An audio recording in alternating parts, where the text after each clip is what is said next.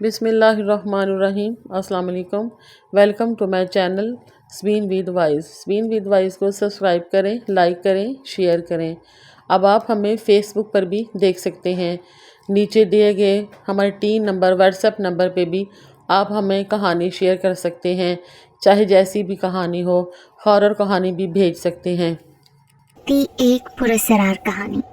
तुम जानते हो ना कि मुझे ऐसी जगहों से डर लगता है, फिर भी तुम मुझे उस जगह पर ले जाना चाहते हो। वो तो जैसे रो पड़ी थी। नहीं तहरीम, मैं तुम्हें हर्ट करना नहीं चाहता था। अच्छा तुम रोना बंद करो, हम वहाँ नहीं जाएंगे, बस कूल डाउन। तहरीम की तो हिचकियाँ बन गई और आसिफ उसे तसल्लियाँ दे रहा था। थोड़ी देर के बाद वो चुप हो गई और आसिफ की भी जान में जान आई। तहरीम न जाने किन सोचों में गुम थी। अचानक आसिफ ने आकर उसे आवाज दी। अरे आसिफ, आप कब आए? मैं तो बस अभी अभी आया हूँ, उसने जैसे मजाक किया था। कम ऑन डार्लिंग, हमारी शादी को 12 साल हो गए हैं। आखिर क्या बात है? मैं जब भी तुमसे पूछता हूँ तुम बात को टाल देती हो, तो मुझे बताती क्यों नहीं? नहीं, ऐसी तो कोई बात नहीं है। वो घबरा गई थी। ऐसी कोई बात नहीं है तो फिर तुम ऐसा बर्ताव क्यों करती हो? जब भी मैं तुम्हें मरी कागान या किसी ऐसी जगह घूमने जाने के लिए कहता हूँ जहाँ तुम्हारे और मेरे अलावा कोई ना हो, मगर तुम मना कर देती हो। आसिफ, ऐसा तो नहीं है। और फिर तो तुम जानते हो ना कि मुझे ऊंचाई और सुनसान जगह से खौफ आता है, डर लगता है मुझे। तहरीम ने आसिफ को नाराज होते देखा तो फौरन बात बनाई। तो फिर ठीक है, आइंदा मैं भी तुमसे कहीं भी जाने के लिए नहीं कहूँगा। अरे नहीं नहीं आसिफ, नाराज मत हो। मैंने ये कब कहा कि तुम मुझे अब घुमाने भी ना ले जाओ? मैं यहाँ इस्लामाबाद में तो घूम फिर सकती हूँ ना। तुम मुझे कहीं ऐसी जगह घुमाने ले जाना जहाँ बहुत मजा आए और हम दोनों एंजॉय करें, ठीक है ना? ओके मैडम, जैसा आप कहें। अगले दिन तहरीम बहुत खुशगवार मूड में थी। नाश्ता तैयार करने के बाद वो आसिफ को जगाने के लिए कमरे में गई, मगर आसिफ अपने बेड पर नहीं था। वो जैसे ही पलटी, आसिफ उसके पीछे खड़ा था। अरे तहरीम, तुम कब आई? बस अभी आपके लिए नाश्ता लेकर आई हूँ। फिर उसने शरारत से आसिफ के गालों को चूम लिया। कई दिनों से आसिफ की सोच एक जगह पर अटकी हुई थी कि वो कहीं ऐसी जगह जाए जो सुनसान हो और वहाँ कोई न रहता हो। लेकिन जब तहरीम के बारे में सोचता तो उसकी सोच उसी तक महदूद रह जाती। लेकिन इस बार उसने ठान ली थी कि वो किसी न किसी तरह तहरीम को मना लेगा और वो ऐसी जगह पर ज़रूर जाना चाहता था, क्योंकि उसे ऐसी जगह देखने और वहाँ रहने का बहुत शौक था। लेकिन अब वो ये सोच रहा था कि वो तहरीम को मनाए भी तो कैसे। वो बहुत ज़िद्दी थी, वो कभी ऐसी जगह पर नहीं जाएगी। अगले रोज़ आसिफ अपने दोस्त आमिर के पास गया और उसे अपने उस शौक के बारे में बताया। आमिर भी सुनकर शॉक रह गया। यार तू पागल तो नहीं हो गया? और तुझे तो पता है ना कि भाभी को ऐसी जगहों से कितना डर लगता है। तुम जानबूझकर ऐसा सोच रहे हो? आसिफ गुस्से में लाल पीला होता हुआ बोला। अरे यार, मैं ये सब उसके खौफ को खत्म करने के लिए कर रहा हूँ ना। वो कितना वक्त इस डर और खौफ के साथ जिएगी? उसको बहादुर बनाना है। दुनिया कितनी एडवांस हो गई है, उसको दुनिया के साथ चलाना है। इसीलिए मैंने ये सोचा, और बस इसी में उसकी भलाई है। नहीं यार, इसमें खतरा है। अगर भाभी को कुछ हो गया तो? अरे यार, कुछ नहीं होगा आमिर। फिर मैं भी तो हूं ना उसके साथ। कौन सा वो अकेली होगी? मैं हर वक्त उसके साथ चिपका रहूंगा। आसिफ अपनी बात पर अड़ा रहा और आमिर ने आखिरकार हार कर हामी भर ली और आसिफ खुश हो गया। थैंक यू यार, मुझे पता था तो मेरा जिगरी दोस्त है, मेरा साथ जरूर देगा। लेकिन तुम भाभी को मनाओगे कैसे? अरे वो मेरा काम है, उसकी तुम फिक्र मत करो। बस हमारे लिए शहर से दूर किसी ऐसी जगह का बंदोबस्त करो जहाँ आसपास कोई न रहता हो। सोच लो फिर भी तुम। मुझे पता नहीं, कुछ घबराहट सी हो रही है। आसिफ आमिर की बात सुनकर खिलखिलाकर हंस पड़ा। अरे यार आमिर, मुझे तो ऐसा लग रहा है मेरी बीवी से ज्यादा तुम्हें खौफ आता है ऐसी जगहों पर जाने से। यार मैंने सोच लिया है, बस तुम अपना काम करो और मैं अपना काम करता हूँ। चलो ठीक है फिर।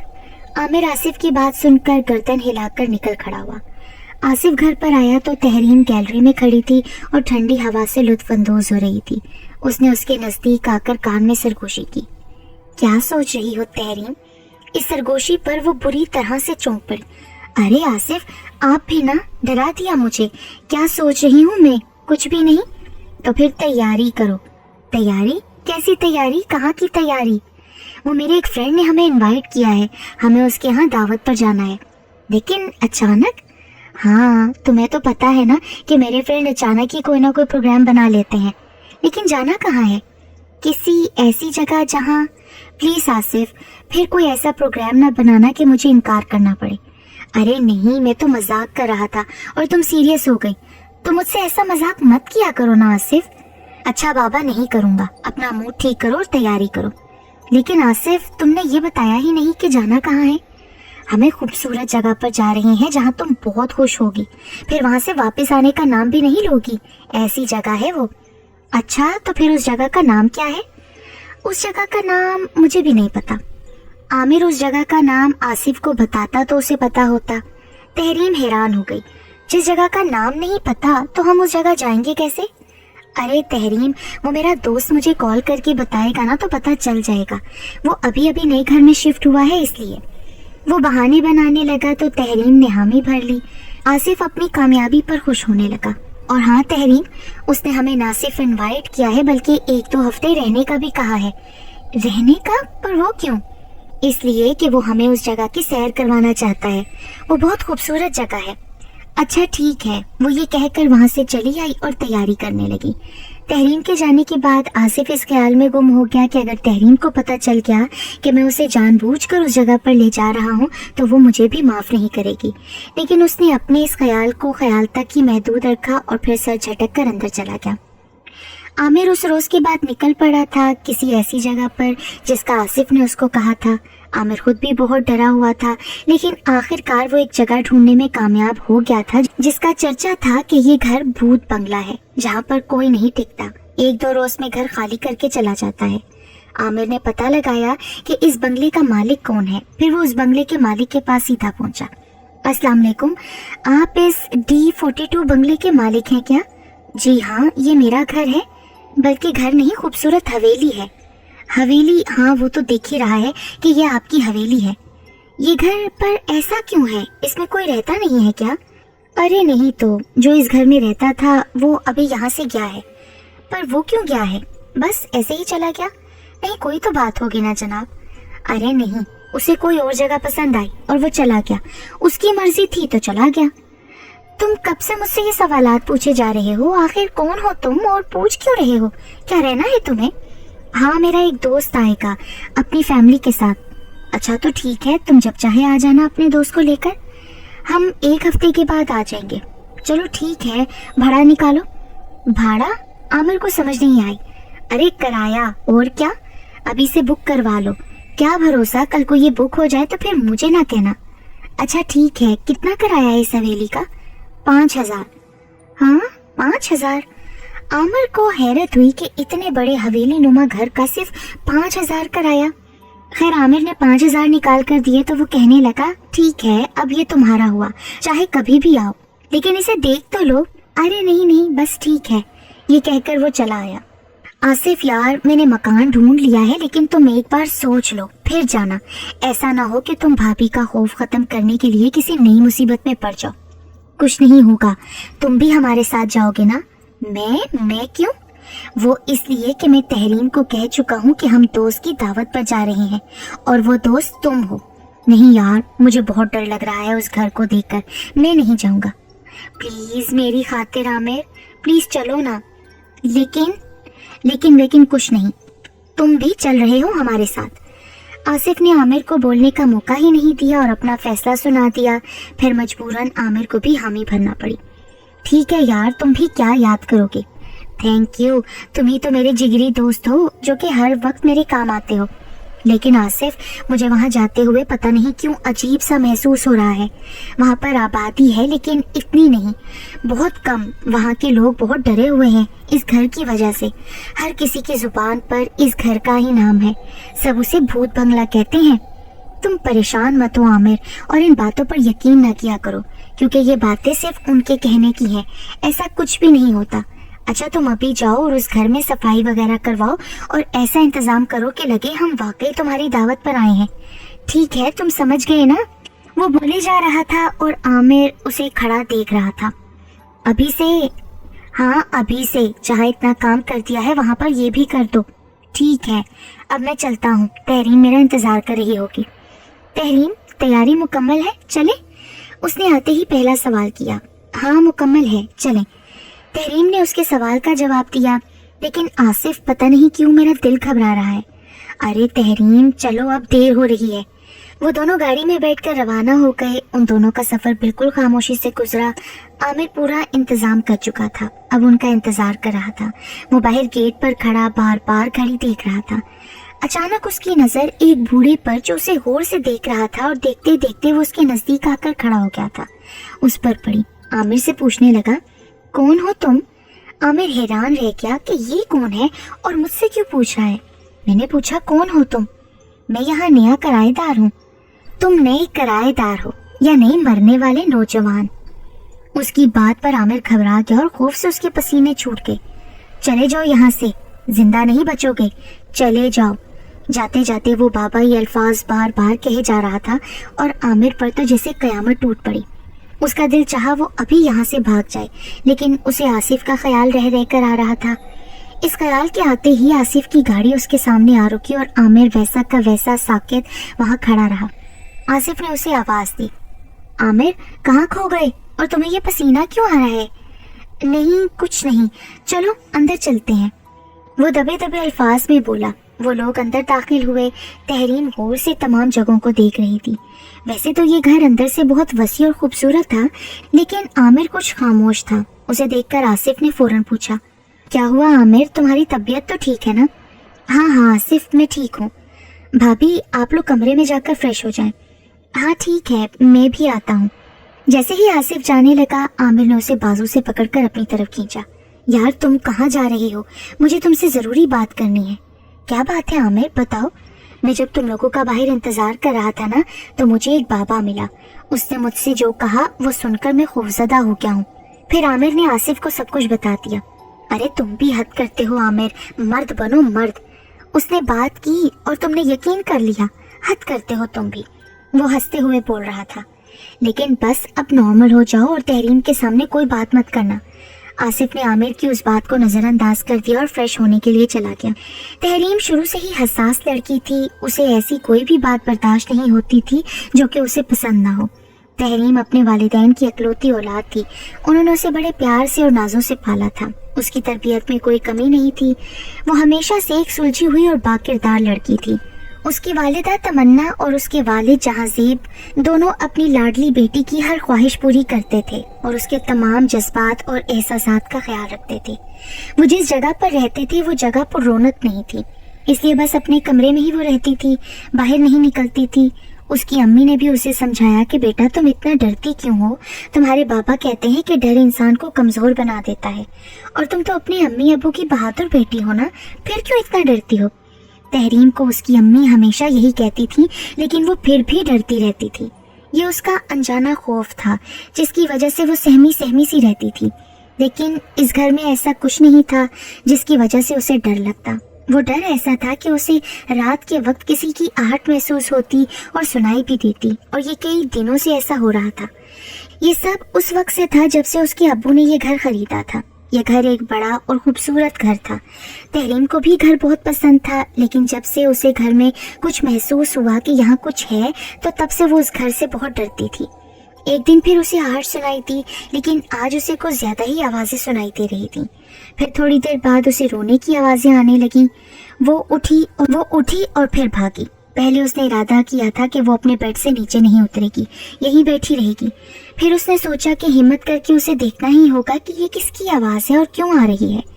وہ اٹھی اور ہمت کر کے دروازے سے باہر گئی تو رونے کی آواز ختم ہو گئی اور اب ہنسنے کی آوازیں آنے لگیں، زور زور سے ہنسنے کی آواز۔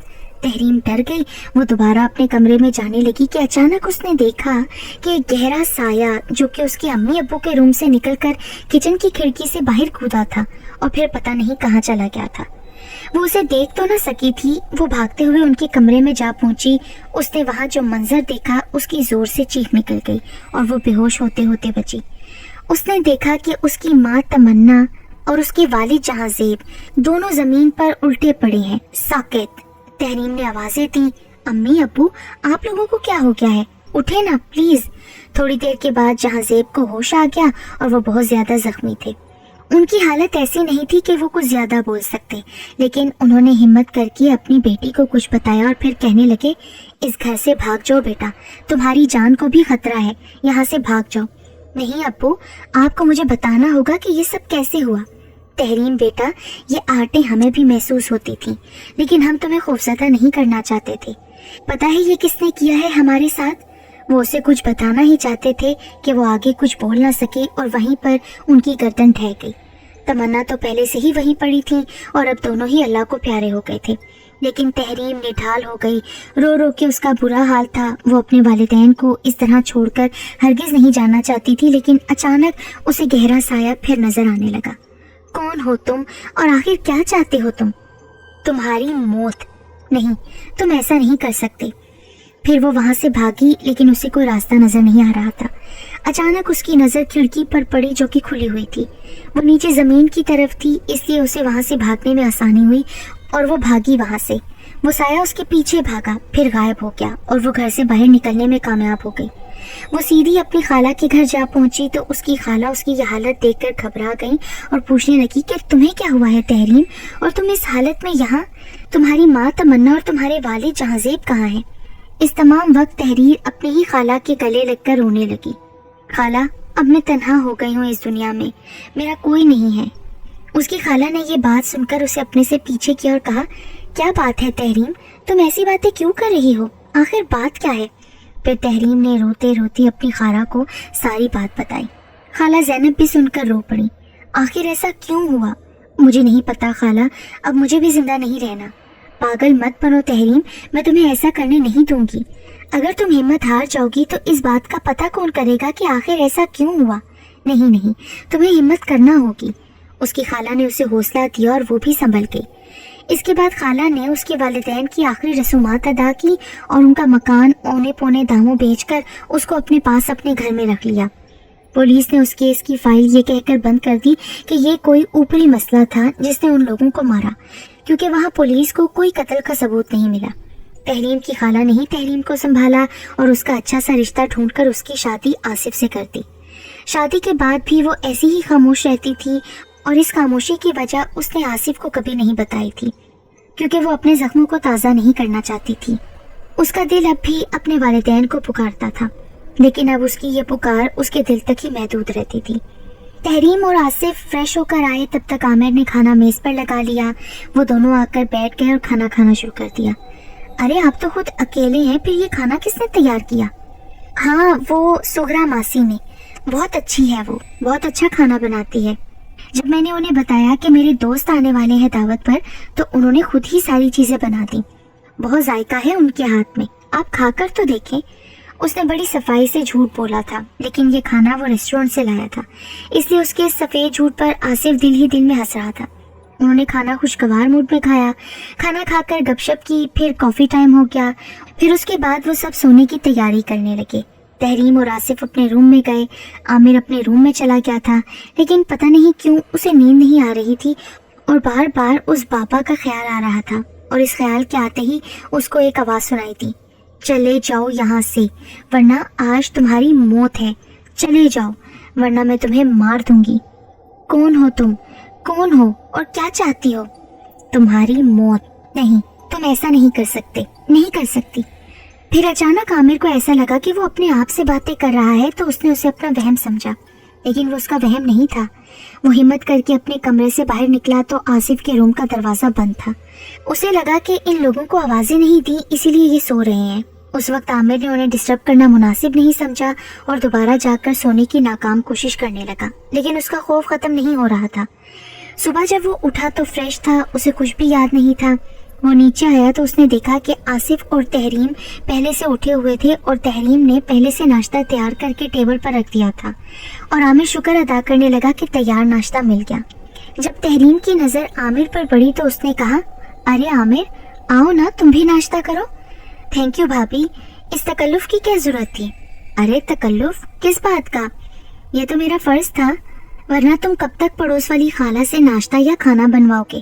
اس کی اس بات پر آصف اور عامر ایک دوسرے کو دیکھنے لگے۔